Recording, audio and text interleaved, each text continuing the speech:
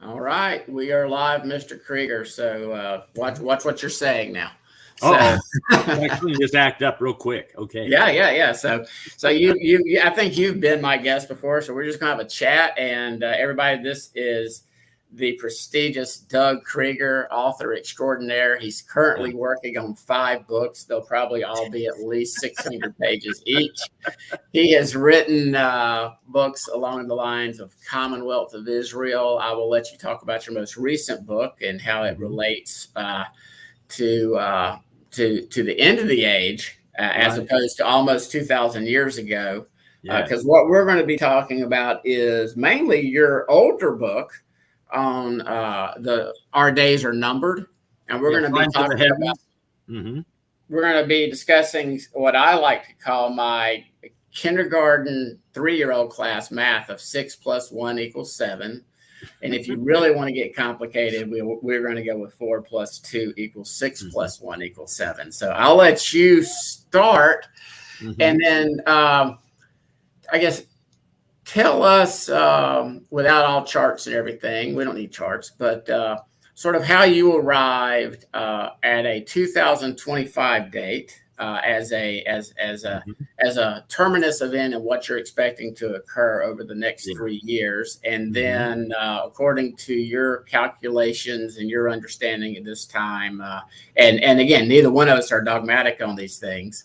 You kind of calculated 2033, and then the two of us are going to have a banter about my wiggly theory that drives our brother Gavin Finley crazy. But okay.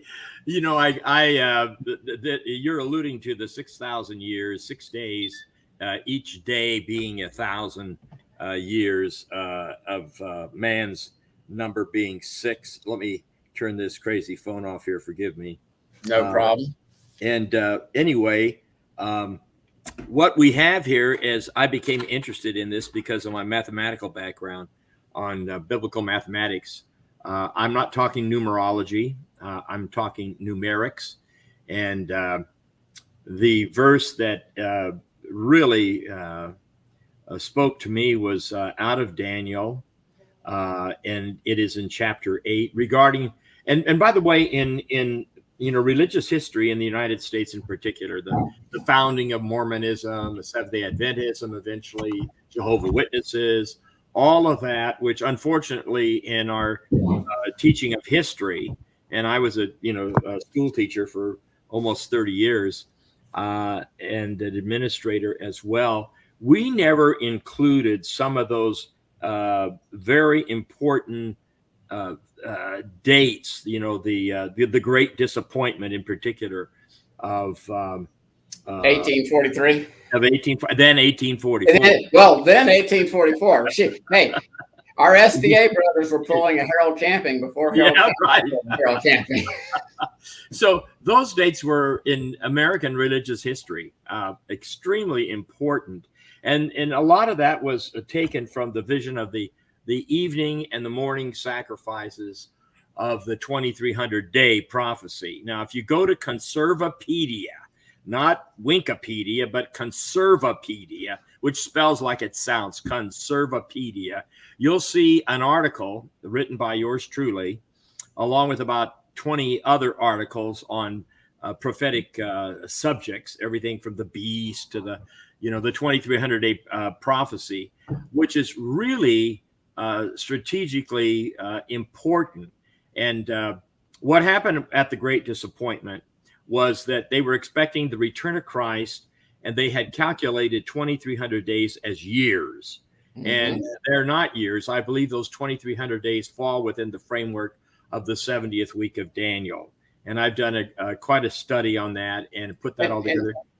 And for our audience that may not be as well versed in the shorthand of we prophecy geeks, and that's what we are. We're prophecy nerds. You're referring to Daniel chapter 9 and what most would say the final 7 years of this age. And when we speak of the 70th week of Daniel, there's a lot of controversy between verses 24 through 27 of Daniel chapter 9.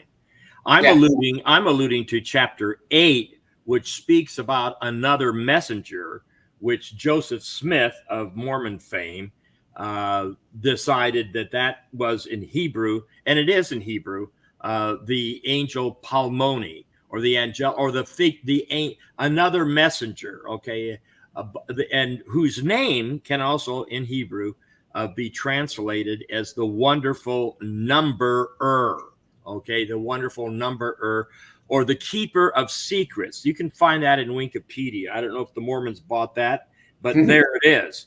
But it's fascinating that one word in the Hebrew is used one time, the wonderful numberer. So these numbers in Scripture, they cannot be taken lightly, I don't believe. I think that they're all very significant, and they have everything to do with the fact that Daniel is told that the wonderful numberer and the angel Gabriel would reveal these number sets to him and what they really mean, because there is the sacrifice, the period of sacrifice, and there is a period of desolation.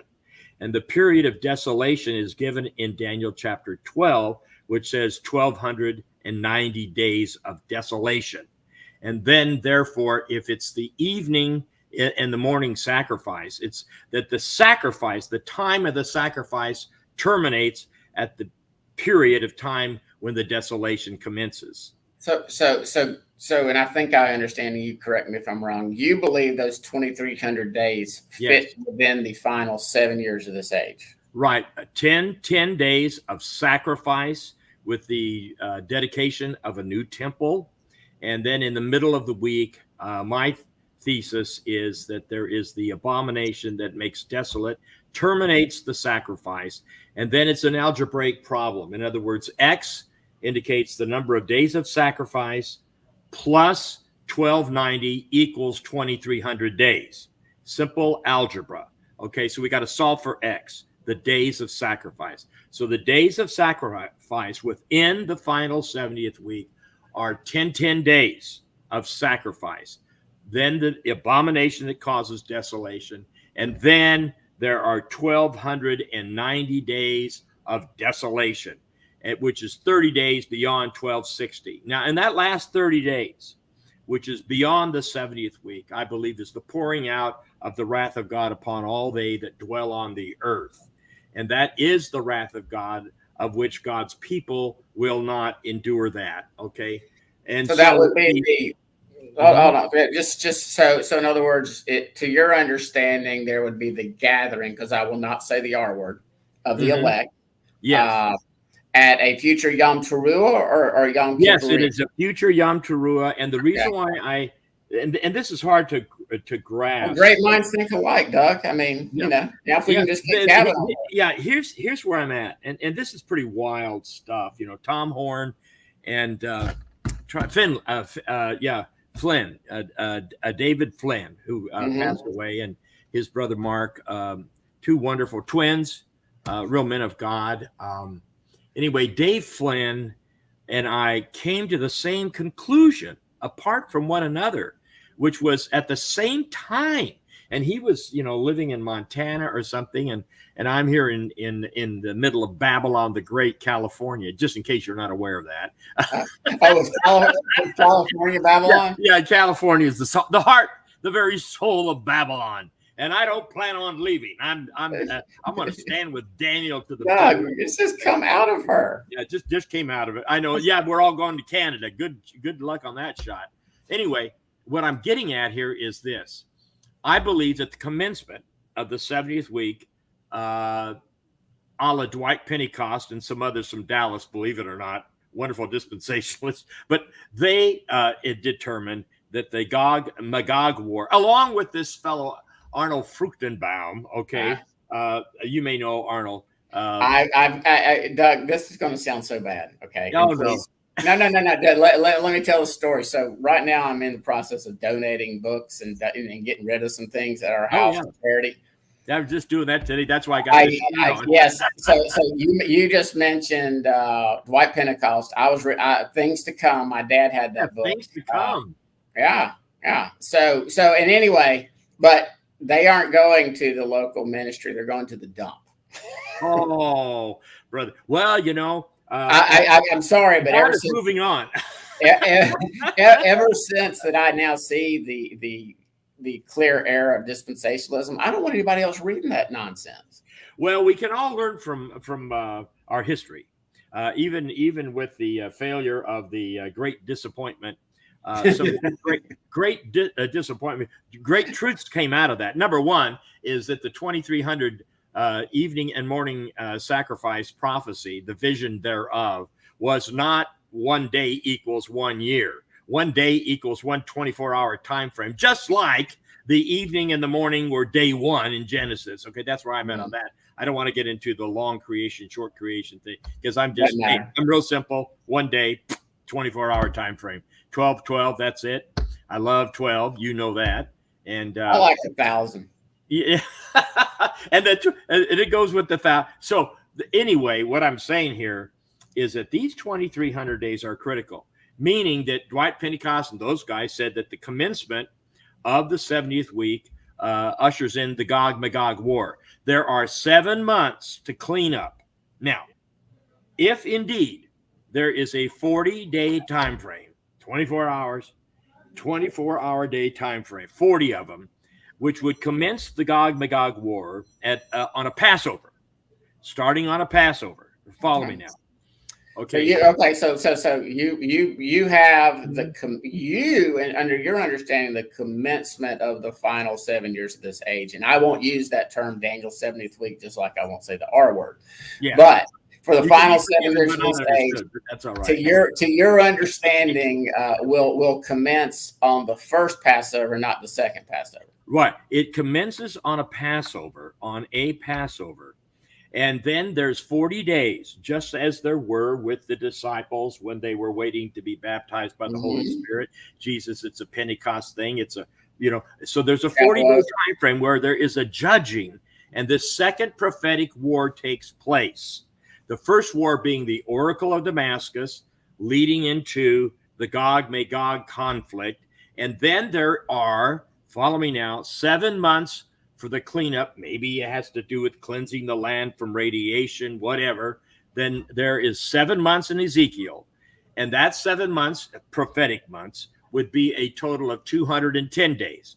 So you have 40 plus 210. Now, what is interesting, if you add 40 plus 210 to 7 months of cleanup, that comes to 250 days between any Passover and Feast of Dedication. There are, and you're talking about Hanukkah. I'm talking about Happy Hanukkah. I live right next to a synagogue, so every time they have a Hanukkah celebration, I run. Hey, praise God for the victory over the Antichrist. They're all looking at me like, what? Okay, that's what Hanukkah's really all about, And then we dedicate the temple like the Maccabees, and that's amazing. And you can find a lot of this in Haggai chapter 2. Like what's it doing there prophetically? And on we go. So the more I've learned, the answer to this question is when was prophecy fulfilled, or when will prophecy be fulfilled? The answer to that question generally is how many times. And so again, that's right. See, you're like I am. I finally determined after reading Haggai chapter 2 that the first abomination of desolation was under Antiochus Epiphanes the fourth, and that was around the 160 170 BC, so called. And then what happened is that after that happened and was fulfilled, we have the second one under Titus, who destroyed the temple and the Jerusalem in 70 AD, 68 to 70 AD, so called. And then we're going to have the final one. Whoa. You skipped one. There's a current abomination on the Temple Mount right now. Right. Yeah, well, it's ongoing. And it's in other words, as part of God's divine plan, he has allowed Islam to prevent our brothers in the house of Judah and our Orthodox brothers. They've just been, blocked. And it's been an abomination going on there for some time now, since Titus. And because the Jews have not had the temple since that time, a literal temple. But anyway, getting back to that Feast of Dedication. So there's 250 days between a Passover and a Feast of Dedication on the 9th month, the 24th day of the month. That's what Haggai says. Ninth day, the 9th month, the 24th day of the month, and says it 3 times, which is very significant, I think. So what I'm getting at is that 250. Now, then you begin at the Feast of Dedication. Great timing for a temple sacrifices again. And of course, we all know that the Jews are, with their Ateret Kohanim, the crown of the priesthood, they're all ready to build the they're ready to rock and roll. They're ready to rock. They're ready to roll. And it is, I believe, literal. Okay. I'm taking some of these things are just very, very literal. And I met with biblical Zionists. I mean, real Jews. Okay. And they knew who I was, and I knew who they were. Now, would these be Orthodox Jews along the lines of, say, again, like a Yair Davidi, who's an Orthodox Jew, but fully understands that the Jews are not all Israel? He understands it better than 99% of Christianity. Israel is the house of Israel, Ephraim. We're out in the nations. We're still in exile. Yeah, we're living in Rome right now. Yeah. We're in Babylon. Well, Babylon's the spiritual component. Rome, Edom, the beast, would be the political component. Yeah, right. That is definitely the political component. So here's the interesting thing about all this is that when I was there in Jerusalem, we gathered together. I was with a fellow by the name of Stanley Goldfoot, who was the first South African Jew to go on Aliyah, and to the recreation of Judah in the land, right? And so we just really hit it off well. He was with the Stern Gang at one time. If you know what the Stern Gang is, I mean, these guys. David Stern? The Stern Gang. Yeah, the Stern Gang. The Stern Gang were the ones, well, actually, there is pretty good evidence that Stanley was the guy that went into the headquarters of the British command at the King David Hotel with a milk canister and warned them that a place was going to blow up if they didn't get out. And sure enough, it blew up.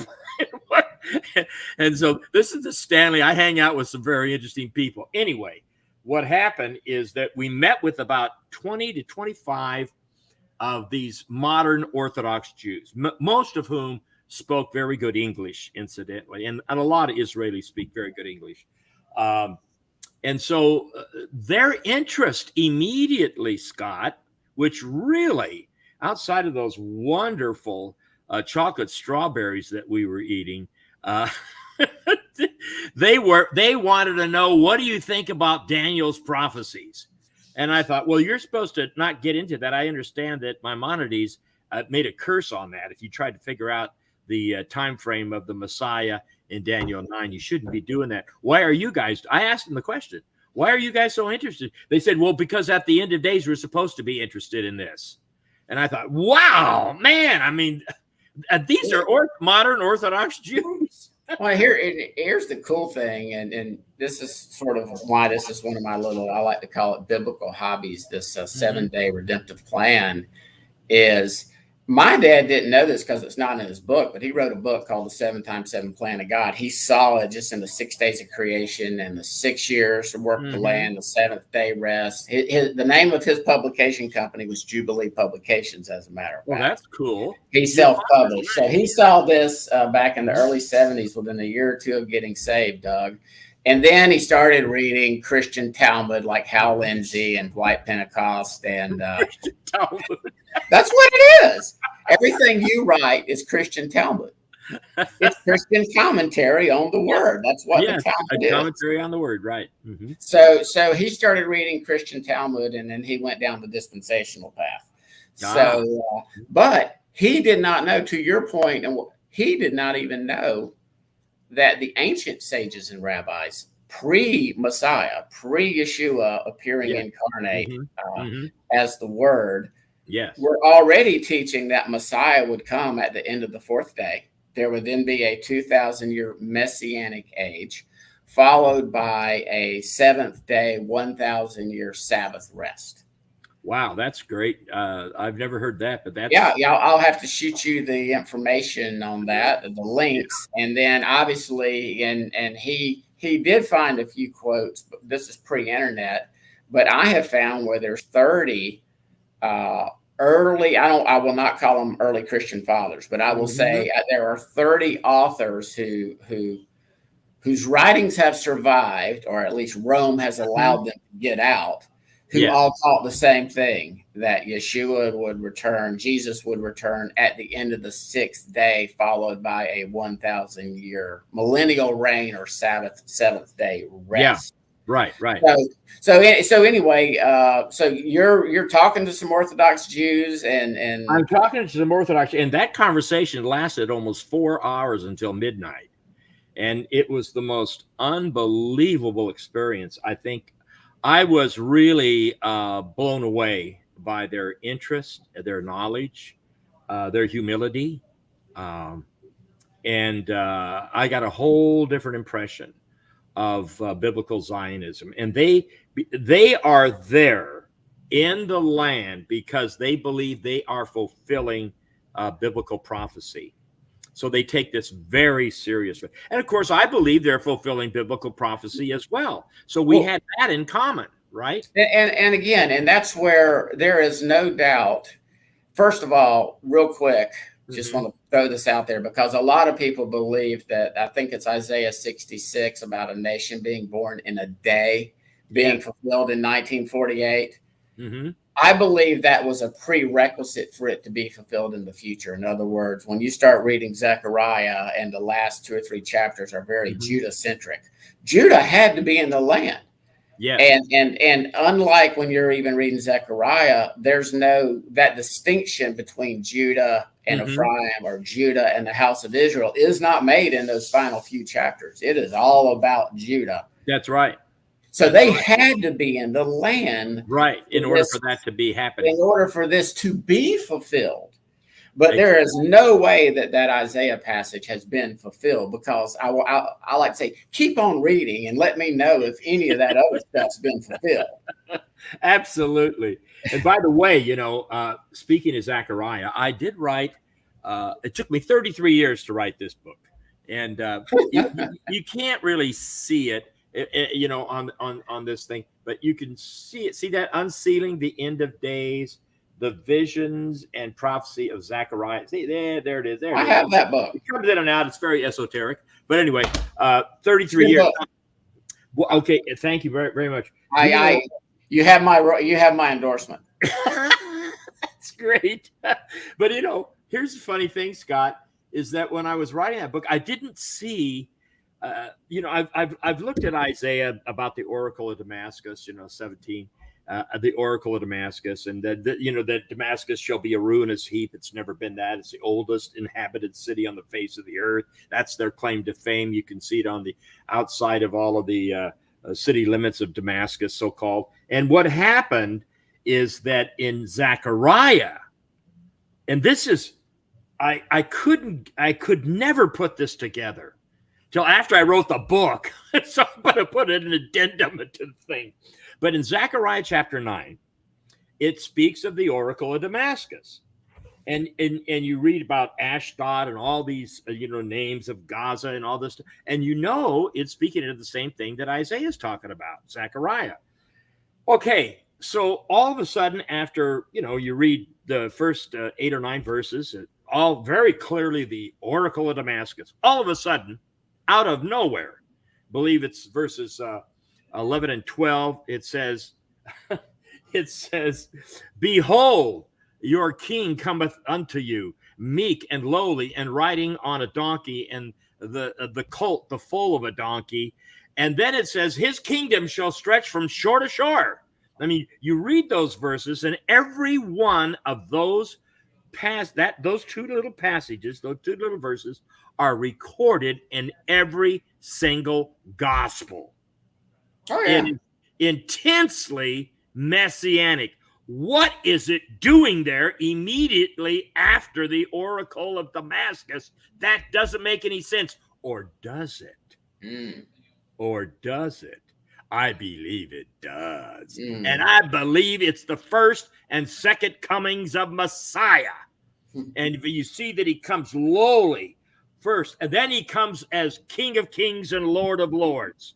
And his kingdom will stretch from shore to shore. And ancient Judaism understood Messiah ben Yosef would come as the suffering servant, and Messiah ben David. They never put the two and two together that it's the same person, just making two appearances. Yeah. And so, modern Judaism doesn't even resemble ancient Judaism. Maimonides basically made a, much like Constantine.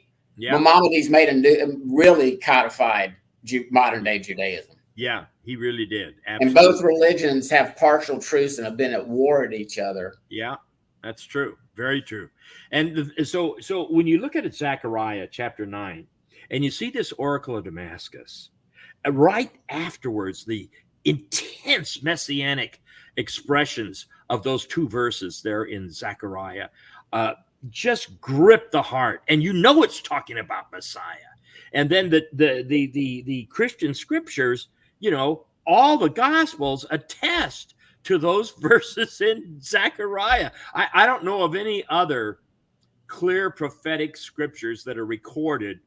I may be wrong on this, but I think that may be the only one that you can see in all four Gospels. I could be corrected, but it wouldn't be the first time I was corrected. But hold on, Doug. Hold on. I got to show this. This Sean here says that your eschatology has been programmed by the Jesuits. Oh yes, of course. And I will say this, that I do believe, and I've told Gavin, Doug Hamp, and you that I think we all are carrying around some dispensational baggage that we need to unload. It's just a matter of because none of us have this all figured out. But let me get back to the 2300. When do you think, so that in the final 7 years, do you believe that commences at the beginning, or is this going to be the final 2300 days? What you have is the first 250 days between a Passover and the Feast of Dedication. That's the first 250 days, of which the first 40 days have to do with Gog Magog. After that, and of course, we know there's another Gog Magog at the end of the book of Revelation.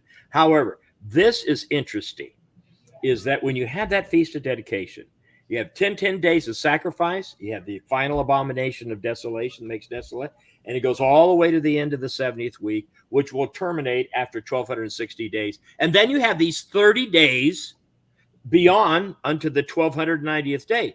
And that is, I believe, the half hour of silence in heaven. And then you have the vials, and you have the pouring out of the wrath of God. And then it says, blessed is he who waits and comes to the 1,335th day, which is 45 days beyond the 1,290 days. Now, Vernon McGee, bless his little dispensational heart, he came, and in his commentary, and it's so funny. So I'm trying to find out. He goes, now you want to know about the 1,290 days and the 1,335 days? I want to tell you something right now. And you got to hear this guy. He goes, I have no idea what it means.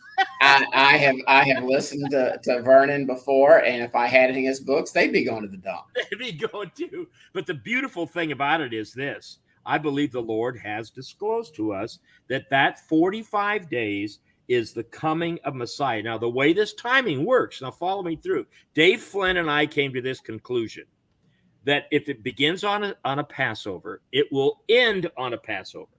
Then that's the 8th Passover. Now, follow me here. Dave Flynn and I came up with this wild conclusion that as in the days of Noah, so shall it be in the days of the coming of the Son of Man. Now, you know, and I know that when that flood hit, okay, the month of Tishri was the first month, right? And right now, all of a sudden, Passover comes, and Passover is just the first month. Tishri is still the head of the year. Yeah, it's still the head of the year. But see, we're dealing with the judgment of the nations, and in that sense, we're dealing with God's wrath on all they that dwell on the earth. Mm-hmm.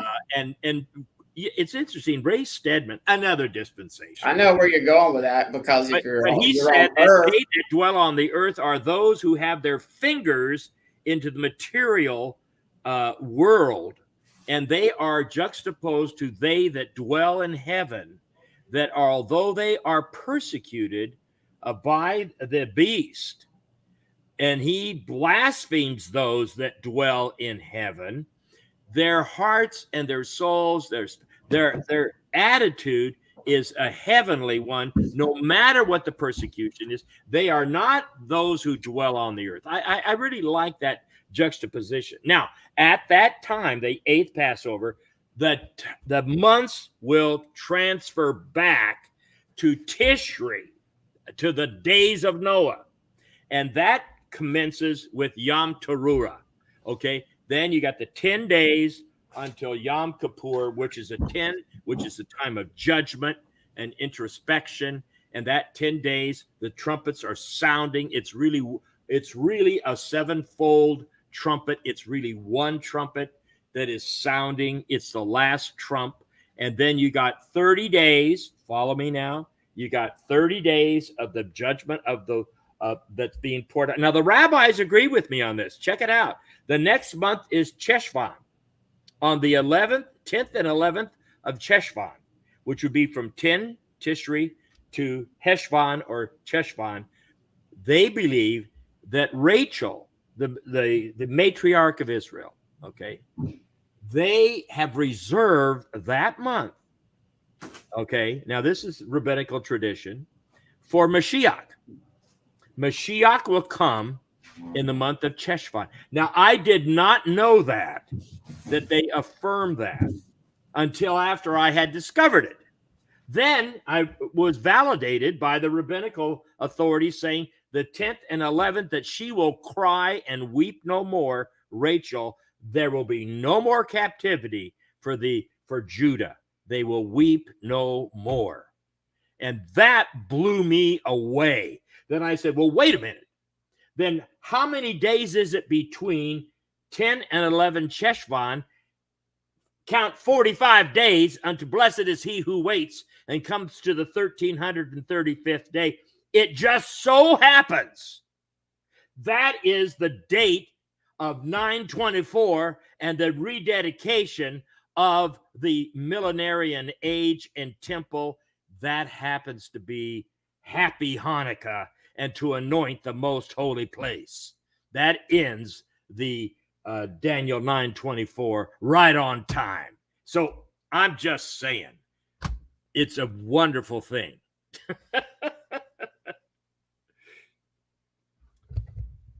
I can't hear you. Somehow I lost I think you muted yourself. I muted myself, but so what you're saying is you believe the final 3.5 years of this age, yes, per Daniel 12, yeah, will start at a Passover, and then the terminus will. Well, no, it'll start. Yes, it'll start at a Passover. Yes. Yeah, and then it'll conclude, obviously, in the fall at what we call the 7th month. Yes. Yes. And real quick, for one of the people that commented about, and I would encourage them to test out this on Halisa. Yeah. Quite often over here in the West, we have to fit things in little boxes. And so the question would be, is Nisan or Abib in the spring the first of the months, or is Tishri the beginning of the year? And the answer to that question is yes. Yeah. It's because when is the year of Jubilee pronounced? It's pronounced on Yom Kippurim every 50 years. That is the year of Jubilee. And so in Rosh Hashanah, which is what our Jewish brothers call it, be the head of the year. So it boggles our Greek minds that in the spring that can be the first of the months, and yet the fall is the beginning of the year. But yes, I believe what happened is Yahweh flipped the script. Yes, back in the day. And I believe that at the end of the age, he's going to flip it again. That's where Dave Flynn and I come out, and so we can have it both ways. It's really out of the box. Big time. Have you ever looked at like this? The flood. and I believe those 5 months of 30 days of the flood, it started on the 17th day of the second month, and then it ended on what was then the 17th day of the 7th month for 5 full months. Nissan, yes. Yeah, you start doing your math about Yeshua when he was crucified, resurrected, and ascended. Yes. And I don't think it's coincidence that it was probably the 17th of the month. I do believe that. And so you see that pattern back in Genesis. Yes. And you flip them. Yes, you just flip them. And when Dave Flynn came out with that flip, I thought, I got to get a hold of this guy. So I feverishly tried to go through Tom Horn, but he's so busy, with all his books and whatnot. And then I find out that he had a brain tumor, and then the Lord graduated him, and I was sorely disappointed. I mean, I was really so I wanted to find out how he arrived at that and how I arrived at that at the same time with the same thesis. That was just really a kind of a confirmation I felt for myself, and it was really wonderful because what we're doing here, Scott, is we want to give glory to the Lord, and this is what this is all about. It's Messiah, it's the deliverer that we need, to go outside of ourselves to be delivered. That's one thing, really a true son of Judah, if you would, okay, with Ephraim, as they went into the land, Caleb, Judah, Joshua, Ephraim, as they went into the land. I mean, come on now, hey, there's something, I just found another thing too, but we got to get into the two witnesses. Anyway, what I found was that I thought to myself, well, how long, Joshua had the ark in the sense it was under his jurisdiction. It was under the jurisdiction, if you would, of the tribe of Ephraim, and it went up to Shiloh. Okay. And so the question arose, and again, this has to do with the 4 sets of 400, 430 years, 400 years, 450 years, 480 years. Those 4 sets of 400 are clearly delineated in the Hebrew scriptures. Now, hey, let me ask you this: do you think the discrepancy between the 400 and the 430 is Joseph has counted the 30 years he was in Egypt prior to the whole house of Israel coming in? In other words, that's a good possibility. The journey is given as 400 years of the journey, and I believe that journey, okay. But Paul mentions 430 is why I say people use that as a discrepancy. Yeah, but it's not.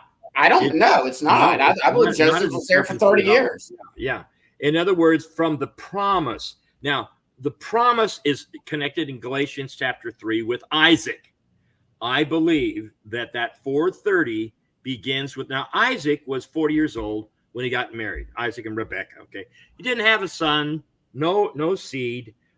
For another 20 years. He was 60 years of age. Probably coincidence. Yeah, just a coincidence. Yeah, that 20 years and that 60 years is probably coincidence that Isaac was 40 and then he had another 20. Yeah. Probably. Yeah, and so he has these twins when he's 60 years of age. But in the middle of that, there was just after 12 years, he goes, hey, well, I got to get a kid, and he gets this, he says, I'm heading for Gera. And God Almighty says, no, you're not. You're not getting out of here. You are a great archetype of the Messiah. You're going to stay in the land. You're going to stay put. I mean, I'm even giving you a wife. I'm going out to get you a wife and bring her back. You're not even leaving this place. I mean, hey, and so, but we got Jacob journeying all over the place. Okay, so when does the journey begin? So if you look at Jacob, he leaves at a certain age and he takes off for 21 years. He's gone and he goes up to Laban and does that whole experience, comes back down with Esau and the whole thing. Okay, so another 20-year coincidence. Another coincidence. How does this work out? Okay, so And so these are not just miscellaneous time frames. I mean, each of them has such profound meaning. And so, So, where you're headed with this is Jacob is out of the land for 20 years. Yeah. Okay? Mm-hmm. Right. And obviously Yeshua said, I will go away and return to my place. Yeah. And then after 2 days, he will revive us. This all connects as far as it all connects. So you're going to find that the journey that this man took, Jacob, is a 400-year journey. Now, Isaac, the promise is given at 430 years. Then you got to go to Jacob, and that's the journey for 400 years. And then you go to the 450 years, which is the time of the judges. And then you go to 400, and it's all from, and by the way, all of this zeroes in on the Passover. The first two 400s you link up to the Passover. And then the next two sets of 400 link up to the Passover. 450 years of the judges for the Passover, and 480 years of the Passover to the laying of the foundation in the 4th year of King Solomon's reign. And that is found in 1 Kings chapter 6, verse 1. So in our secular history timeline, what year would you have that? Well, you're going to have that happening in approximately 965 BCE. So the temple, okay, let's look at it this way. And this is exciting. Okay. I know math gets you going. So. Yeah, it gets me going. Now that you got me going, okay. But I want to link this and it makes my head hurt. I know, that's good. It's good to have a headache once in a while. But here's the beauty of this: you got Ephraim and Joshua. What a type, okay. And then you've got Caleb and Judah. They're the two spies that came back with a good report. Praise God Almighty. Okay, they go into the land together. Now, I've looked at all kinds of calendars. I've searched with all kinds of seminaries and rabbinical yeshivas, and I believe that the Hebrew calendar year is wackadoo. Okay, and I think you do too. It's not 5,700 whatever. Okay. Oh, they've intentionally obfuscated and totally written out. And will admit it. A lot of the rabbis will admit that they've just gone away with 190 years of history. My personal opinion is it's about 210. I do too. I think it's an educated opinion. It's about 210. Yes, it is. It is definitely over 200. And they completely obfuscated about 7 or 8 Persian kings they didn't even take into account. Okay, but here's an interesting thing. After all is said and done, and you look at even secular history, okay, put it all together, they affirm that the first Passover took place in our 1444 or 1445 BCE, okay? So then you then you start subtracting to get, further. And that would mean that they crossed the Jordan River in 1405 BC.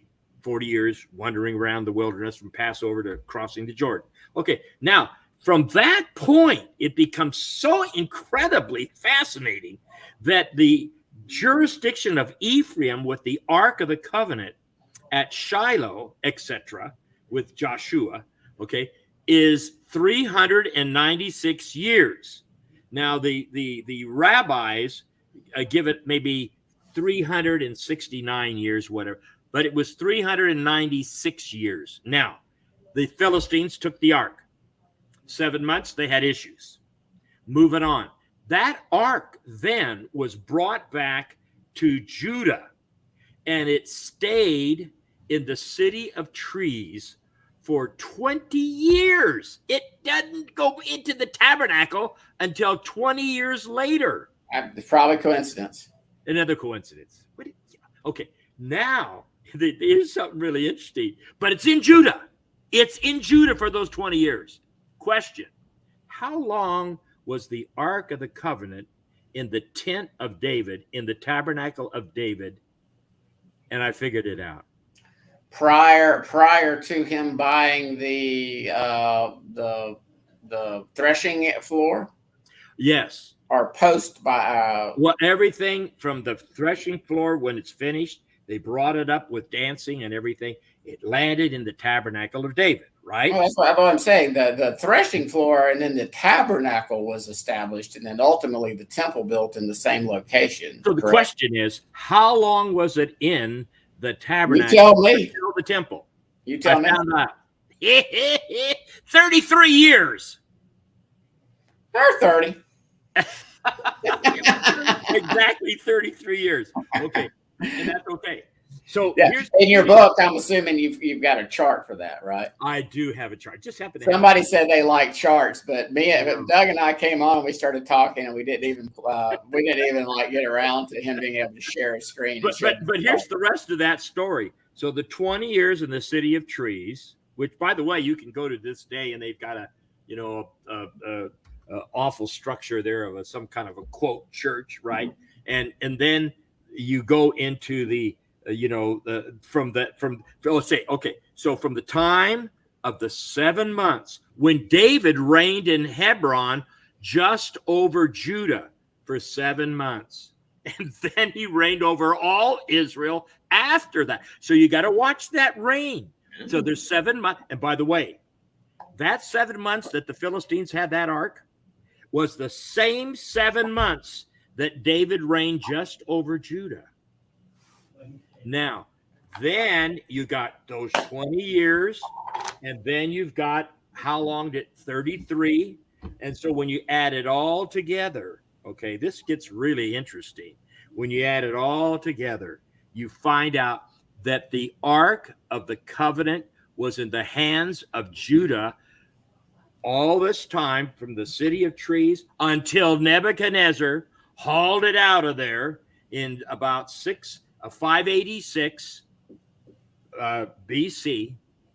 So you don't think Jeremiah hit it then? I would say that he may have hit it at the same time Nebuchadnezzar was destroying Jerusalem, and that would be what some would call extra canonical. I forget if it's Jubilees or Jasher. Well, here's what I'm getting at. Here's what ultimately I'm getting at. The time of Ephraim having the ark was 396 full years.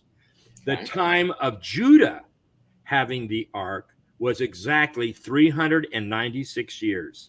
If you add the two of those number sets together, you're going to get 792. Guess what? The edge of the New Jerusalem is 7,920,000 linear feet, 12,000 furlongs. A furlong is 660 feet. In other words, what was God after by sharing with Ephraim half of this and the other half with Judah? He was demonstrating he is after the New Jerusalem. Speaking of city of trees, when the two trees, the two eights, the two sticks will again be made one. Yes. And so the beauty of this is that the diameter of Earth, okay, look it up, is 7,920 miles. Okay, so 7920, just look it up and Google it. You're going to get 7920. The earth is the Lord's and the fullness thereof. The New Jerusalem, 7920. And these two time frames with Ephraim and Judah are 792. It's unbelievable. Well, I want to, on this, one of the things I want to talk about, because we're and this is where we're gonna differ probably maybe by a year, 2 or 3, but what would be one of your conclusions, and you're looking to, and you're not dogmatic on this, you're not a Harold Camping, you're not a date setter for anybody listening, but where did you arrive at a 2025 AD, I guess, date? What's your starting point? And then why would you have 8 years from your outset versus 7 like the majority? In other words, you're starting out in 2025, and then by your calculations, and again, you're not date setting type, but by your calculations, you believe right now that Yeshua will return in 2033 AD. Yeah. So I'm assuming you put his death, resurrection, and ascension in 33 AD then. Yes, it parallels that 33 years of King David reigning in Jerusalem. It parallels the 33rd parallel. I'm going to poke you real quick. Do you believe that 70 AD of the temple destruction is an accurate date, that we've actually got it correct? Yeah. What's the significance of the biblical number 37? Well, I'm not so sure. Versus 40. Well, 40 is very significant, of course. What I'm getting at is I believe the reason I say that those dates may very well be correct, but our calendar may be off a couple of years. Mm-hmm. Is 37 means nothing, whereas 40 is the time of testing and judgment. Right. I can't prove it by the word, but whether it was 28 AD and the temple was destroyed in 68 AD, or it was 30 AD and the temple was destroyed in 70 AD, or 32 AD, like Gavin believes, and the temple was destroyed in 72 AD. These numbers, I don't think it's coincidence that it's about 40 years when the temple system was ultimately judged. In other words, they were being Judah was being tested during those 40 years, and then God removed it. He's like, and they've been without that temple now for. Well, here's where I'm with the 33. It says in Luke chapter 3 that Jesus was about 30 years of age when he began to minister. So he ministered, I believe, 3.5 years. I think you agree with that, right? That gets us back before we had this discussion. And me and you've communicated back and forth by email, had phone calls, and this is where I have that three-ish years of wiggle. So we're talking about, when do you believe Yeshua was born? That started started the clock. Well, he was born in the year 0 through 1 BC. Okay. 0 BC. Okay, here's the way it is. Okay. So that you believe in 0.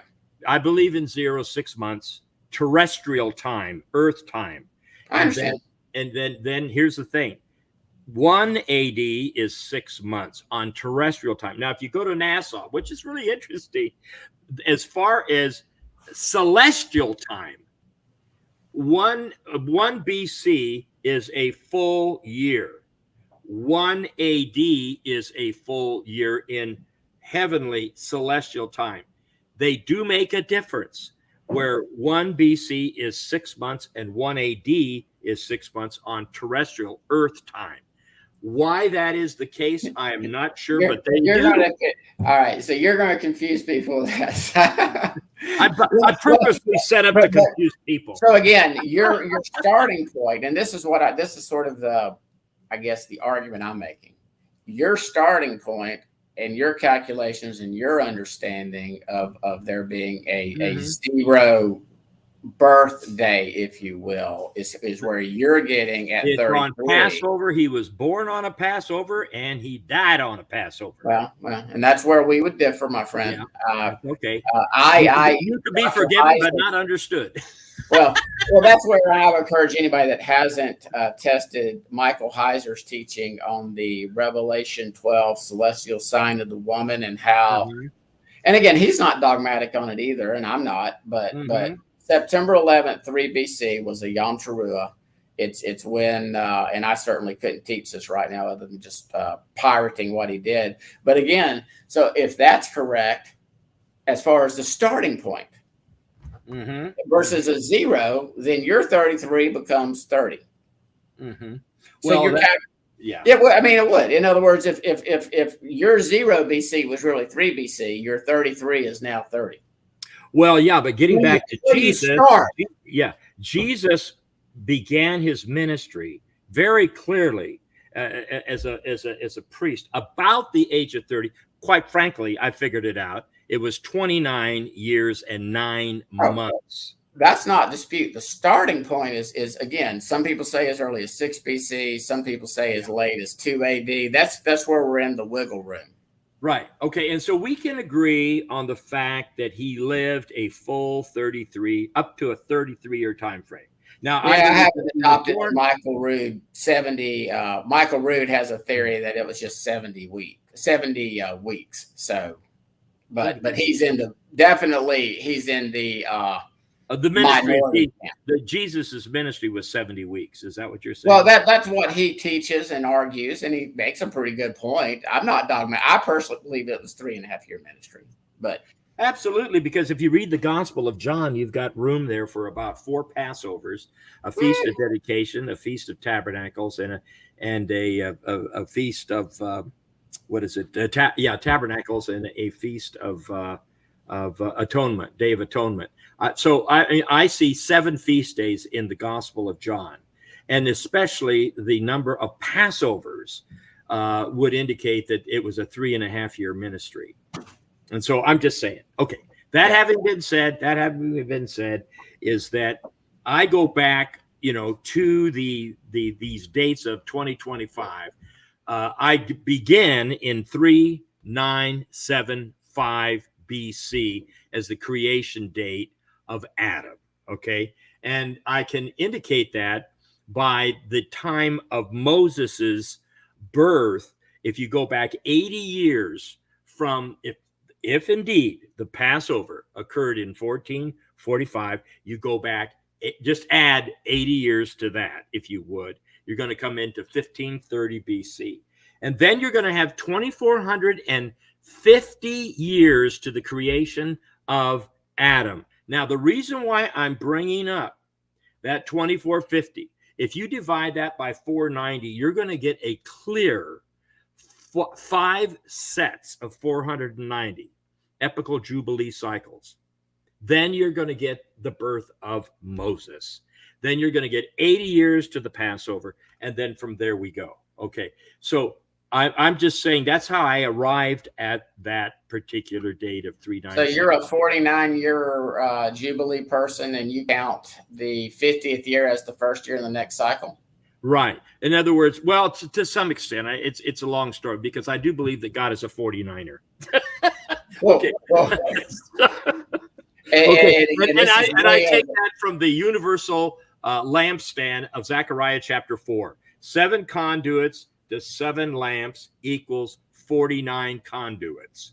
God, it took them 49 years from the decree of Cyrus to go back to the time of the second temple's dedication, a total of 49 years. Now, do you have in your calculations? And again, I've read your book. It makes my head hurt, and I've never got a headache. We need a good. But do you? Was it your understanding that Yeshua? It would have been the end of that 4th day, year 4000, if you will. Mm-hmm. When he resurrected. I mean, when he was crucified, resurrected, and then ascended. That would be at the terminus of that 4th day, year 4000. Well, I believe, I know where you're getting it. The terminus, it would have to be, if it's 3975, okay, if that's the creation of Adam, that leaves a 25-year time frame, okay, that in other words, the 4000s is going to go into 25 AD, right? I mean, that you're going to have another 25 years in there. Okay, that would have to equal 4,000. Can you follow me? Mm-hmm. In other words, you got 3975 going back to your 4 days, and then it would have to be another 25. Now, if you take that into consideration and add your seven more beyond that, and you always get into that would show up and to be 33 AD. That's where I can think that we may have to take that 7-year time frame and stick it at the end of the 2025, meaning 2032, 33 is the coming of Messiah again. Okay, so I mean, we're in pretty much agreement on the 2032, 33 thing. 33 meaning that he'll show up, I believe, on a feast of dedication to anoint the most holy place. I would say agreement with, I'm on wiggle room on the back end of it. I believe we could actually already be in the final 7 years of this age, and that his return may be as early as 27, 28, 2027, 28. But again, mm-hmm. unless we are so close for this wrap up, brother. Sincerely, I sincerely believe that that what is happening today in the geopolitical world, and we discussed this, the West is becoming solidified as the king of the West, if you would. Okay, Alexander the Great.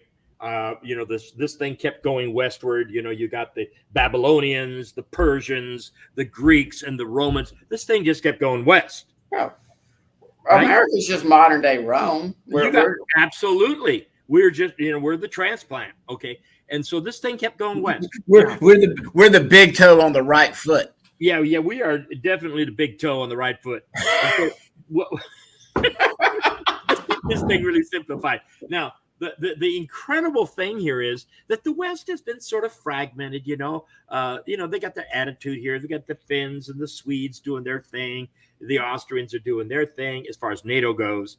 And yet now, since this Ukrainian war, I sit on the board, incidentally, full disclosure, of Word to Russia.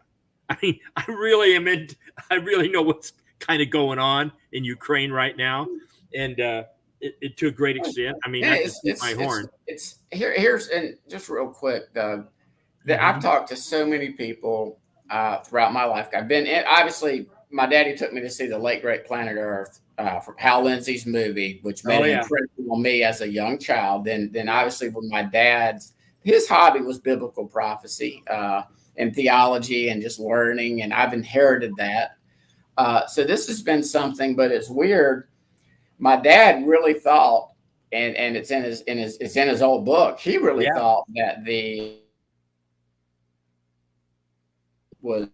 was his birthday. I was a young kid, probably 10, 11, 12, and my mom can verify this, arguing with my dad that it's the death. I had a selfish reason. I wanted to live my life and make it to around 60. At that time. Now I'm like, man, I wish you'd just come back then.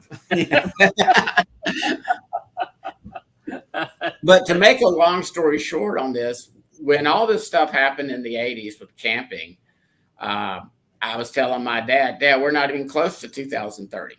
Now he was looking like, he was 30, 30 years back. And same thing when everybody was freaking out about Y2K and in the prophecy world. I'm like, we're not even close to 2030.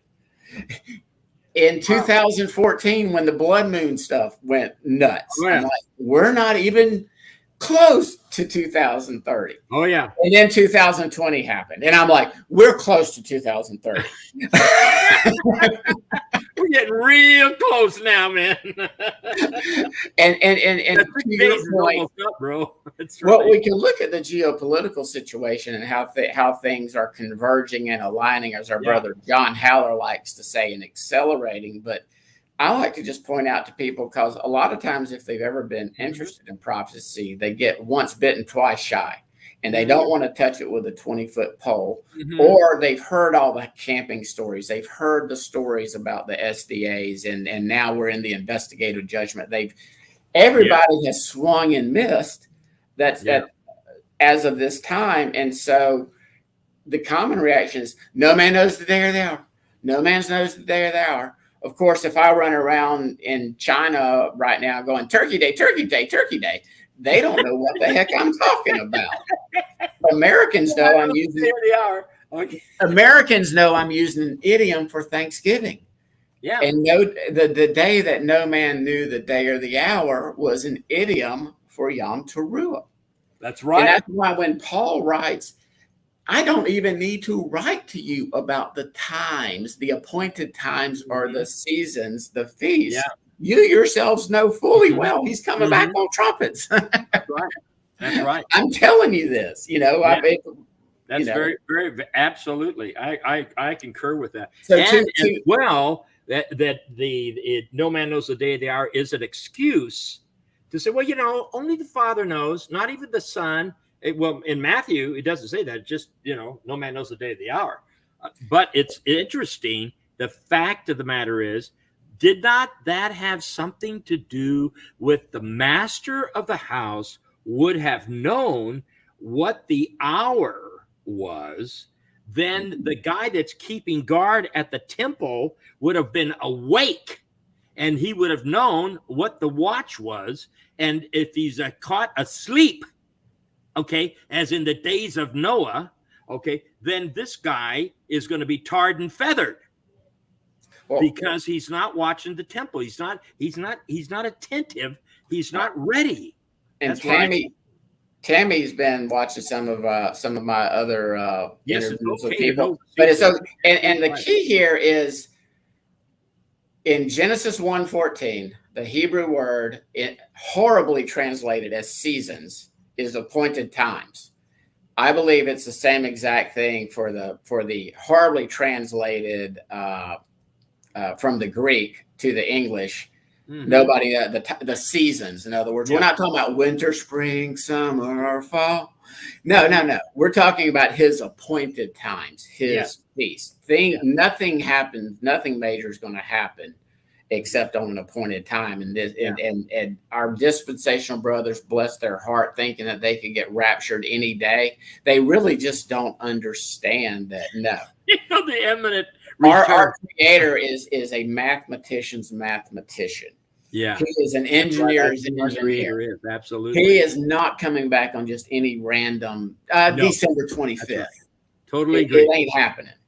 See, where I get those extra 25 years is I get to 25 AD. Then I add the 2000, and then that brings me to 2025. See how that goes? And now, so what's your starting point? Where is your, and this is where I'm gonna wiggle on you by 2 or 3 years, but is your starting point the generally accepted 586 BC date? Is it the generally accepted 721 BC, when most scholars have Israel being exiled to Assyria ultimately? So where's your starting point to arrive at 2025? Well, if you go back from Moses, okay.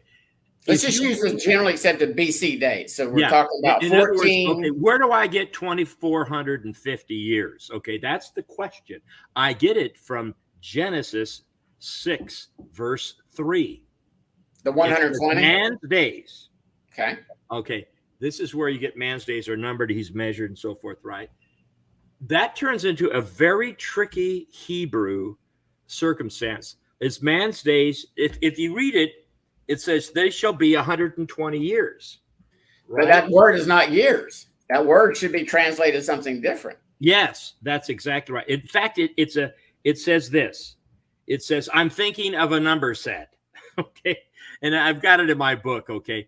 And eventually that number, it's an original number. And I believe that original number was 49, because Moses, basically drafted the Torah, right? That number was 49. I'm going to let you finish. Divide that number in half. Hey, second. I'm going to let you finish, but I just posted my understanding. 120 periods of time multiplied by 50 equals exactly what, my friend? Equals 6,000 years, of course. Okay. And by the way, that's good. That's good. There's nothing wrong with that at all, and I've got that included in the equation, if you would. But when you look at Moses and he says, I'm thinking of a number that is been divided in half and that was multiplied by 100. What a weird thing. So what's the original number set he was thinking of that was divided in half, and that half was multiplied by 100? I believe it was 49. Divided in half is 24.5. Multiplied by 100 is 2,450 years. Moses lived 120 years and then died. Well, yeah, 40. Probably coincidence. Moses was really calculating his time in Genesis 6:3. Now, if man's days are 120, that Noah lived 300 plus years after the flood. Shem, 500 plus. And so who's he talking about? Well, I believe he's talking about man's days from the creation of Adam until the terminus point at the end of this age. And we've been under, I guess, if you will, man's rule and we're currently, obviously, right now, we know Rome, the fourth beast, the four, the iron toe, the toes mixed with clay, and the fourth beast from Daniel 7, which is amalgam of the first three and the fourth one.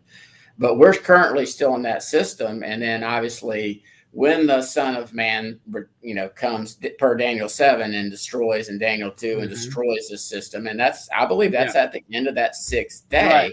Right. And that's where, I differ with Gavin. You might have heard of Joe Dumont. Me and Doug had talked to him. He has a 2,300 days of hell. He believes in the 49, the Jubilee cycle being 49 years. Yeah. And here's my problem, and this is why I don't understand why it doesn't bug you. When you divide 6,000 by 49, you don't get a nice number. Actually, you do if you add the 120 years in there of Moses' life.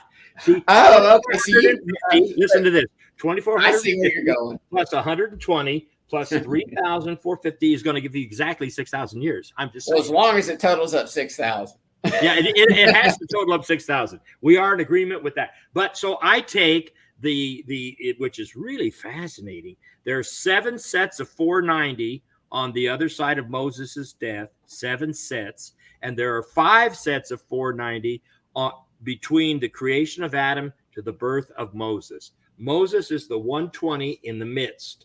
5 on this side and 7 on that. 5 and 7 is 12. 12 and 12. Moses 12, right? 12 sets of 490. 12 times 12 is 144, which equals the wall of the New Jerusalem. And I like that set very much. Guys, if y'all love the math part, Doug's books are excellent, by the way. So, I mean, they really are. I don't. And again, if you haven't figured out, me and Doug are friends. We're on the Commonwealth of Israel, and we don't absolutely we don't always see eye to eye. And guess what? That's okay. That's okay, because our unity is a Messiah alone who's bringing it together, and that leads me to Acts chapter 15. If I get into this, go ahead. My dispensational brethren, on behalf of them. Okay, yeah, got to show the book. Okay, so. You got to get this book, you guys. This is there you go, right there. See this one here? Okay, Commonwealth Theology, not bad reading. Okay, now the beauty of this is Acts 15. Okay, so Barnabas, Paul, and Cephas are running around, and all these people from the nations are coming in, and they're getting saved. Okay, they're finding salvation in Messiah. And the Pharisees, and the party of the circumcision is not all Jews. The party of the circumcision. That's right. They're coming in and they're going, wait a minute. Before the horse. Yeah, we got to circumcise these guys. They're not even saved. They got to get circumcised. Okay. They got to be like us. Okay. Oh, and they were putting the cart before the horse. Oh yeah. They were way ahead of time. Okay. So finally, James, of all people, the legalist, he gets up and he goes, hey, you know what's happening here with, Peter goes, hey, don't lay a trip on them. Don't lay a yoke on the nations, on the ethnos. Don't lay a yoke on them. Our fathers could not handle that yoke, right? Now, let me ask you this. And again, because this is a conversation. I know neither one of us sit here and talk, but on that yoke, my understanding of that yoke would be the rabbinic add-ons. God's law is not a burden. Right. It was rabbinic. You go read Deuteronomy 30, and it is not too high that you should say. So is that your understanding? Or that's expansive, but it is also very true that wall of hostility created by all of those rules and regulations, the rabbinic the add-ons. Yeah, okay. The additions, which are a violation of Torah. Right, absolutely. Don't do that. I agree with that 100%. And that created hostility, between the nations and Judah, if you would. Yeah, but Judah, because they treated those of the house of Israel as second-class citizens. Oh, yeah. And so getting back to Acts 15, on behalf of John MacArthur and our dear brethren, the reason why I bring this up is because a whole bunch of these guys were together, these dispensationalists, friends of mine. And well do I know them, as you do. And so what happened is my dad was one. Yeah, I know it. You can't get any closer than that, right? I am not disparaging my dad, everybody, but his theology was whacked out. It's just what he learned. Right. And, my ancient ancestor, it's hard for people to believe this, okay? I'm a direct descendant of Martin Luther. Go figure. So if you hear me pounding away on a door somewhere, don't worry about it. He just stopped reforming around the 4th century. Yeah, he stopped at Augustus. He stopped the reform right then and there. Yeah. But anyway, getting back to Acts 15. So James stands up and goes, okay, the summation of this whole thing, right? Let's get clear. What we're witnessing here with the nations coming into the assembly, coming into the congregation, the congregation of Israel. Right, coming into the congregation. In fact, guess what? It is spoken of in Amos chapter 9, verses 11 and 12. Yep. That I'm going to restore the tabernacle of David. I'm going to raise up its ruins. We're not talking about just a tent. We're talking about the united kingdom of David. Ezekiel 37. We're talking about bringing Ephraim, the 10 tribes of the north, with the 2 tribes of the south, if you would, and we're bringing them all within the tabernacle, the tent of David. And so why? So that the rest of Edom, the rest of mankind might believe. Now, what's this funny thing about Edom, the remnant of Edom? We know it says in Genesis that Edom is Esau. But I hate Esau. What? Okay, so whoa. On that verse alone in Romans 9, whole nonsense doctrine of determinism, Calvinism has been born. They can't not see it. Absolutely. Wackadoo. I'm totally with you on that one. God does hate corporate Edom. He does. Yeah, he does. He does. Yeah, but also here's the thing, okay? If you go to that Ark of the Covenant again, and it comes up, and it winds up in guess whose household after it fell off? Okay, it winds up in the threshing floor of Obed-Edom, the servant of Edom. You can't get any more Edomite than that, okay? So here's this Edomite, and he's got this ark, and he's greatly blessed for 90 days. We know what happened, right? And then it goes up to the tabernacle of David, where it belongs. And so there she goes. And here is Obed-Edom. And he's going, well, I guess, c'est la vie. No, you got to read Chronicles, and you're going to find out that there's a name that keeps popping up, along with 68 other Edomites. Hassan, his buddy, and him, Obed-Edom. All 70 of these Edomites go up to the tabernacle and become Levites. So they join. You think that number 70 is a coincidence? No, another coinkydink. and I'm sitting here going, 70 Edomites are at the tabernacle, and they are the keeper of the vessels. They're the musicians. They're playing instruments. They're in the priesthood. They are in the tabernacle of David. So you mean to be a Levite, just like to be a Jew? Our brother Caleb, the most famous Jew, who was not a DNA Jew, by the way. Yeah, he's not a DNA Judahite. Yeah. So oh my goodness, Doug, you're actually saying that DNA didn't even matter about being a Levite, huh? Yeah, they can just come on in. Come on down here to the tabernacle of David. All you Edomites, the remnant of Edom, mankind shows up. And that's exactly what James was saying. Now, you know how my dispensational friends say is this. They go, yeah, but that's 2,000 years from the founding of the church. And that's not going to happen for another 2,000. In other words, the united kingdom of David is just for the Jews. And we have to understand that what James was saying was, this is that. It wasn't really that yet. It was sort of the taste. You can taste ice cream, but you can't eat ice cream. It's sort of like we're getting a taste of the future, but we're not in it yet. This is why we're here. I tell you what, we'll do this again in a month or two. We got about 15, 20 minutes before I got to run, but on this 2300, okay. Yeah. So you have that falling in the final 7 years of this age. You Yes. just explained how you got it 2025. Mm-hmm. What and I asked you this before we started. How is it that you get 8 years then from 2025 to 2033? Obviously, I can do the math. That's 8 years, but Yeah. that 8 number is weird as opposed to most people would be using a 7. Yeah, 8 actually, if you're looking at 2025, again, I have a wiggle room of about a year in there on this one BC 1 AD thing. If I go celestial, I pick up another year, so that advances the year thing to 2026, if you would. So I'm just saying that if we are looking at this from the point of view of the creation of Adam in 3975. And by the way, that is not an arbitrary date either. There's a significant thing going on there in 3975. That's 2 sets of 12. 3 and 9 is 12, and 7 and 5 is 12. Okay, so you got the 2 sets of 12 in the 3975, if you would. Okay, now then you add the 2000, beyond the 4000, as you have brought out so keenly, Scott. I'm with that.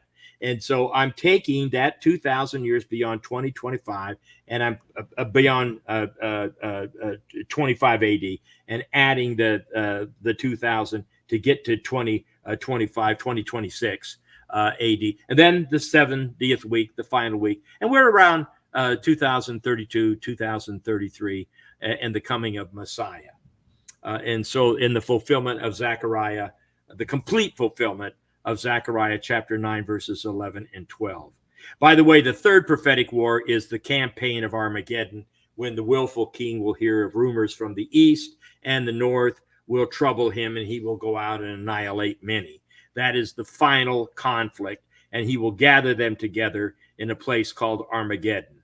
And that is the final valley of Jehoshaphat, and the final conflict with the nation. We got an Acts 15 dispensationalist with us that's saying that I'm going to die in my sins if I don't believe the gospel of Paul, which I fully believe. Hey, okay, it's the same gospel. Let's go to Galatians chapter 1 and 2. Are we really preaching another gospel, a different gospel, a perverted gospel? No. You know what we're preaching? Go to Galatians chapter 2. Peter shows up in Antioch, and what does he do? Now, my dispensational friend who is refuting our testimony here, because he's concerned about the gospel. What is the gospel? Okay, the gospel of the kingdom. The gospel of the kingdom. What is the gospel of the kingdom? That God divorced the 10 northern tribes of Israel, and he could never take them back unless the husband died. And Romans 7 figures it out, and that's the gospel of the kingdom that Christians have never heard. Okay, and here's the rest of it. Paul had a face-off with Peter. Peter shows up in Antioch, and he says, you know what? You guys aren't kosher. And then the Judaizers came in, so-called Judaizers, and they said, you got to eat with us. Barnabas got caught up in the hypocrisy. And Paul said, Peter, twice in Galatians 2, you're not living by the truth of the gospel. So what's the truth of the gospel, my friend? Aha! It's that he's taken the two and made them one new man. Isn't that the truth of the gospel? Well, one new man, and as I like to say, it's all about that, but it's also about you formerly of the nations. That's right. You formerly, very key, yes. former Gentiles, you were excluded from the Commonwealth of Israel, right. but now you are no longer strangers and aliens, but you are fellow citizens with the holy ones, with the saints. Now, ask that dear brother or sister who's if he's hardcore Dispy, he ain't gonna. It's gonna be. Listen, I was so hardcore Dispy at one time. I'm telling you, I was born Baptist, raised Baptist, and I'm going to be dead Baptist. If he's still listening, I bet you that's the first time he's ever heard the gospel of the kingdom about the divorce of the house of Israel. Yes. How are you going to stay within the law of Moses if you are a woman and you are divorced and you marry somebody else again while the first husband is still alive, right? You can't go back and remarry. You can't go if you marry again. You're going to be committing adultery. Right? Well, interesting that you say that. I've actually studied that out as far as, like, for instance, certain churches teach that, but there's two different words, Hebrew words for divorce. When God said he hates divorce, the word is actually not the certificate of divorce. It's the put away, where the man would put his wife out of the house, not give her divorce, to keep the money. Yeah. Oh, yeah. He hates a woman being put away. In this situation, versus Deuteronomy 24, it's a different word where he actually, there was a certificate of divorce. God gave, and that same word is quoted in Jeremiah 3, where God gave a certificate of divorce to the house of Israel, to Ephraim. They were sent away, and the rabbis were bamboozled. They read Jeremiah 31, and they could not figure out how in the heck is God going to enter back in the covenant, because Jeremiah 3 says that would be an abomination. That would be detestable. That's right. That's right. The solution, God just says, I'm going to become a man, and I'm going to die, and therefore I will then enter back into covenant with my former harlot whore bride. Yes. Because the first husband died, but he came back, so you're married to him forever. Our dispensational friend, that's the gospel of the kingdom that you ain't going to ever hear in your Baptist or Pentecostal dispensational church, but it's true. Test it out. I was born and raised and believed exactly as you did until about 5 years ago. I close with this, if I could. Sure. The plot to kill Jesus. Now, listen to this. This is fascinating. This is how you make lemonade out of lemons, okay? Now, to my beloved dispensationalist friends, now follow me carefully here, okay? Because you're saying that the 10 tribes of the north all mingled back in with Judah, and they came back, after the Babylonian captivity, okay? But there was a 150-year break in the Assyrian deportation of the 10 tribes of the north. And they were scattered over the course of, by the way, 33 years of deportations from the Assyrian. Another strange little here. Okay. 33 years of deportation on Ephraim. Okay. Before it was ultimately finalized, correct? Finalized in 721, actually. That has a lot to do with the finality of it all. That's what I was getting at earlier, or maybe 724 or 723. It could have been or 722. It actually started. The start date and the end date of the deportations is very interesting because you're dealing with certain certain Assyrian kings and their influence. Again, with Judah, with Hezekiah, and when was the last Israelite king, and how that went down. There's all kinds of calendric dates that are involved in the deportation of the Israelites, but it was vast. Now, the demographers indicate that the number of the Israelites that were deported during that 33-year time frame of the Assyrian deportations could have been as many, because you have to understand, Israel, the 10 tribes of the north, extended from just a little bit north of Jerusalem, or Benjamin is a little north, and all the way from Ephraim all the way to the Euphrates River. I mean, it was all of modern Syria. Well, you know how many people lived in modern Syria before the Civil War? About 25 million. And nearly half of them, 14 million, have been, become refugees. Now, so do you know how many Israelites they actually think were deported? Up to 15 million Israelites. As an extra biblical witness, we have Josephus recording about the untold numbers that were located, probably coincident, the exact place where Peter writes his letter to what would be modern day Turkey, northern Iraq, northern Iran. I call them the stands. The Parthian Scythian Empire that Rome never could really conquer. I believe what's his name, Doug? That's done some great research on that. Stephen Collins. I know Yair Davidi from the Davidi Orthodox. Orthodox. But both of them, I think, focus too much on the migration to Europe, and they exclude our Native American and Asian and African brothers that also descend from Israel. Absolutely. There is a dispersed. See, the Assyrian Empire extended all the way to Ethiopia. Okay, it all went in most of Turkey, most of modern day. It was vast. Okay, we don't give the Assyrians credit for how huge their empire, and their thing was deportating people and sending them all over here and there and everywhere, right? And then you got this 150-year gap between the Babylonian captivity and these Assyrian deportations. Good night. Hey, here's something for our dispensational brother here. Feel free to comment. It's Mark 6:2-1000. So Judah, the house of Judah, was exiled for 70 years into Babylon, was prophesied to return, and they did return. Yes. What, Mr. Mark, you got about 5 minutes before we end up, and I'd love to host you, man, and I can be really nice. I'm not going to, I just think your theology is whacked, but what? Show me the verse, my friend, where the house of Israel, Ephraim, the northern 10 tribes, has ever returned yet to the land. Okay, you can, and it's a trick question because you will not find it. Well, actually, you'll find in Scripture there is about 2,000, a little over 2,000 Israelites united themselves with Judah on the return. Okay. Well, I understand, but they got subsumed and absorbed into Judah. Right.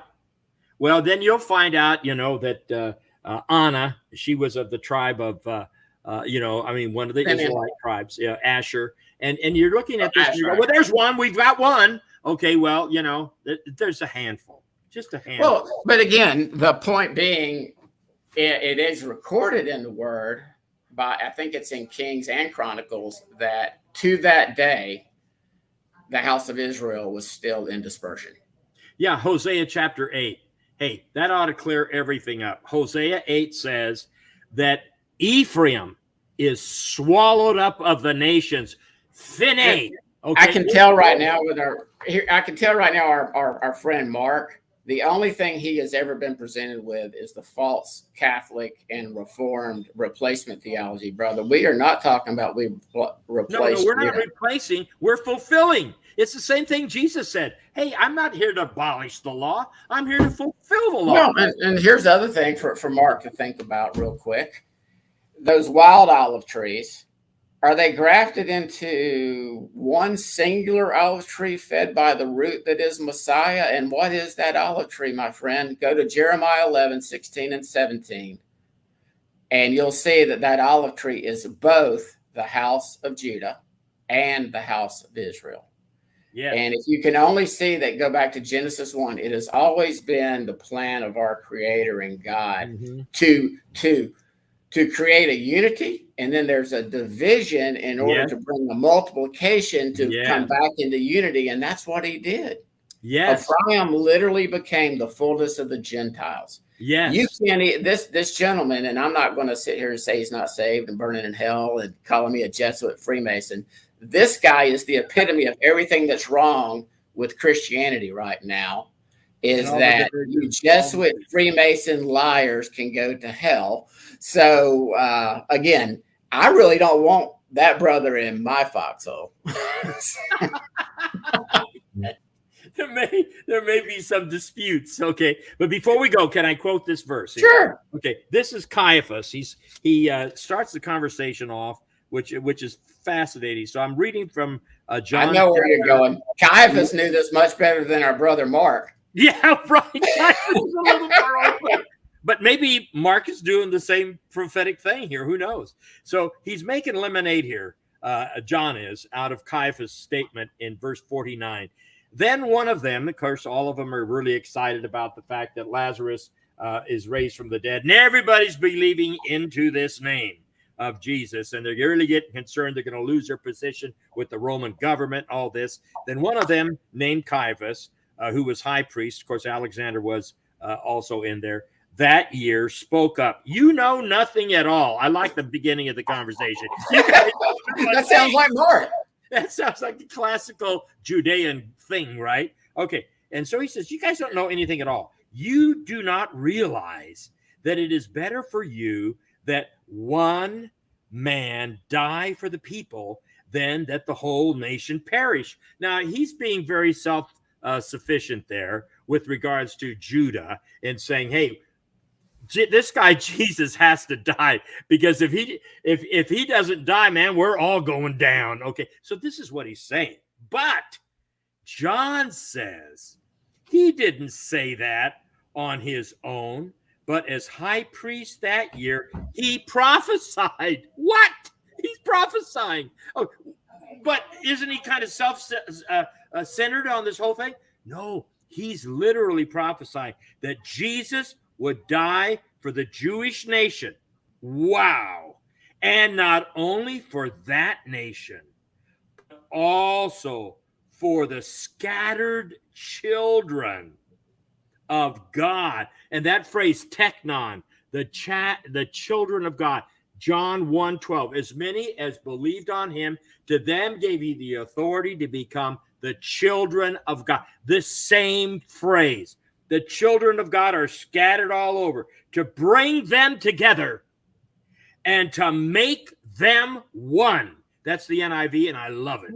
He's going to gather them together, and he's going to make them one.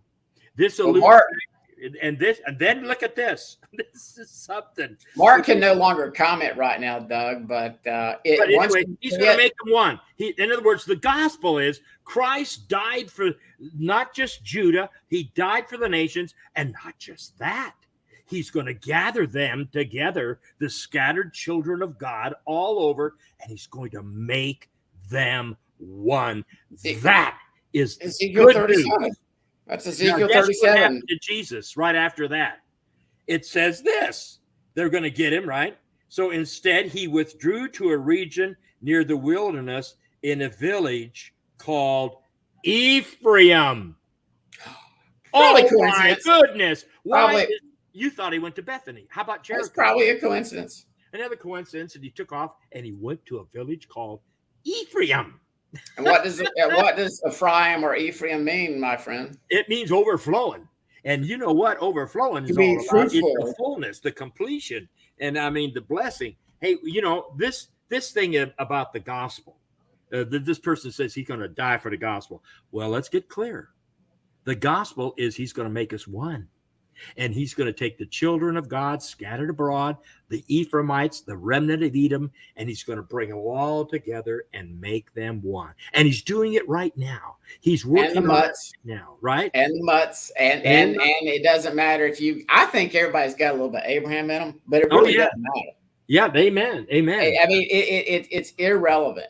Just like Caleb the Kenizzite was immigrated into the whole house of Israel, the whole nation, but then placed in the tribe of Judah. And we see that in Ezekiel 47 in the next stage, that it doesn't matter where you're descended from. If you enter into covenant and you want to be part of Israel, you get to choose where you live and which tribe you'll be a part of. That's right. And ask our dear brother Mark. Our dear brother Mark. He's probably left. Okay. I muted him. Yeah. So Mark, if circumcision doesn't mean a hoot and uncircumcision doesn't mean a hoot and a holler, and you go to Galatians chapter 6, and it says, and if everybody who lives by this rule, if you are in step, if you're marching together by this rule, then you are what? The only thing that avails is a new creation. Now, if that's the only thing that counts is new creation, the new creation, not circumcision or uncircumcision, but the new creation. And if you're living by that rule, now there's a lot of stuff about this chi, this and, but it says peace and mercy are theirs, the Israel of God. So who's the Israel of God? Who gets the peace and mercy? Oh, just the Gentile believers who are part of the new creation? Or how about Gentile, the nations, that just means out of covenant. Yeah. And if you're a Gentile, you might as well call yourself a heathen or a pagan. I am not a Gentile. I'm not uncircumcised. Okay. So here's the thing. whether you're circumcised or whether you're uncircumcised. I The know only about the thing that counts is circumcision new of the heart. creation. The heart. Aren't you a part of the new creation? Yeah, I'm a part of the new creation. Now, if I'm living by that rule of the new creation, that neither circumcision nor uncircumcision matters a hoot and a holler, then they are the Israel of God. Now, how can peace and mercy be to the Israel of God if the Israel of God is not the new creation? And what I'm saying is that the new creation is the Israel of God. End of story. I rest my case, sir. Well, we will do this again, my friend, and so I'm getting back in the saddle, starting to do more shows, and but you're having too much fun, brother. You know me. I'd rather talk. I can't. I'd rather talk for 10 hours than sit down at a computer and write for 10 minutes. So yeah, I know that's a hard deal. But I tell you what, most people today are going to be seeing bits, parts, and pieces of this, and even the audio can be very fascinating. So, well, I will. Well, shoot, we didn't show any charts anyway, so the audio. I mean, it's probably better. They don't have to look it up. They have to look it up. All right. Well, I'm going to end the broadcast. Stick around for a couple of minutes afterwards. Okay. Hey, guys, until next time, I'm going to be doing a follow-up with Dr. Dye, reaching out to Halisa and a couple other people. And so trying to do one or two of these a week. So until next time, guys. God bless you, man. Amen.